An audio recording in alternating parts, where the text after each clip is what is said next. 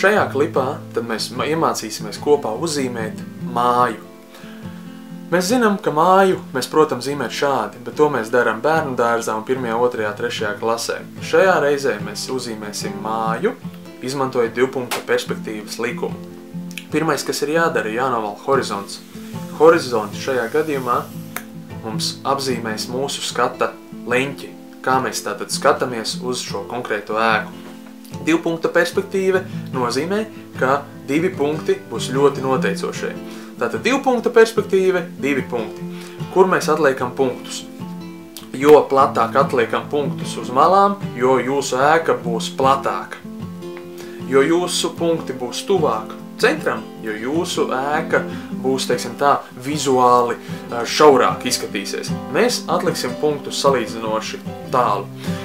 Punkti būtu ieteicams atlikt vienādi attālumā no abām malām. Tātad, ja no šīs malas man ir, piemēram, 3,5 cm, tad no labās malas man ir arī 3,5 cm. Kas ir ļoti svarīgi sākt ar pirmo ēkas sienu. Ēkas sienai ir jābūt pilnīgi vertikālai. Kur zīmēt ēkas sienu? Pilnīgi jūsu pārziņā, labajā pusē vai kreisajā vairāk. Un tagad atcerieties, visas līnijas, kas ir no ēkas sienas, iet pa labi, uz punktu 2, visas līnijas, kas iet no šīs ēkas sienas pa kreisi, iet uz punktu 1. Pierakstu, lai ir vieglāk atcerēties. Tātad 2 punktu perspektīvas likums dzīvē.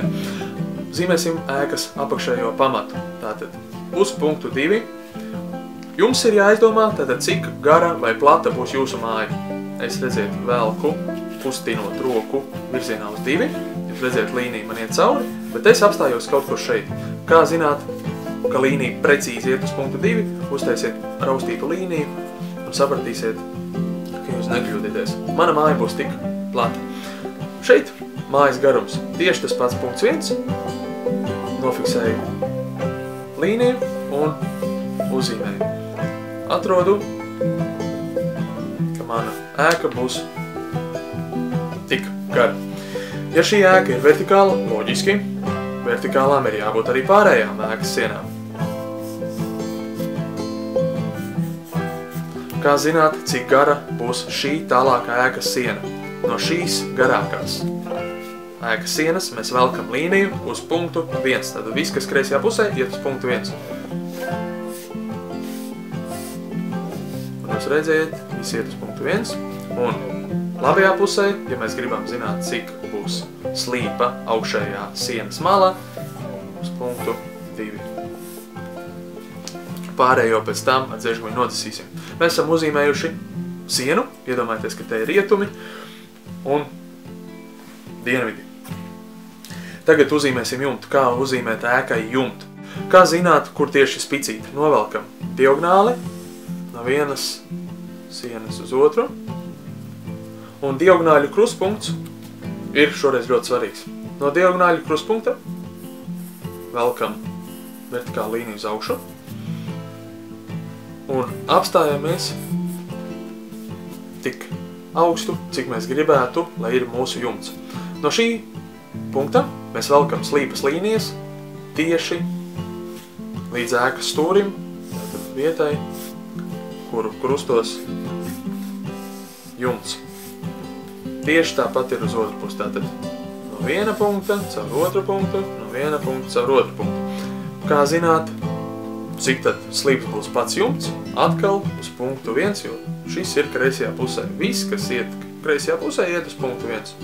Un velkam līniju, skatāmies, lai iet precīzi, krietni pāri tālākai ēkas sienai, jo loģiski, jums taču vajag, lai lietus līst aiz ēkas sienām. Ja viena jumta plakne ir tik slīpi, tad pieliekot zīmuli šādi, jūs varat ērti saprast, cik tad būs slīpa jumta tālākā mala. Tātad, kā pārbaudīt, pieliekam zīmuli šādi, tātad mēs kopējam jumta līnijas slīpumu un pieliekam šeit.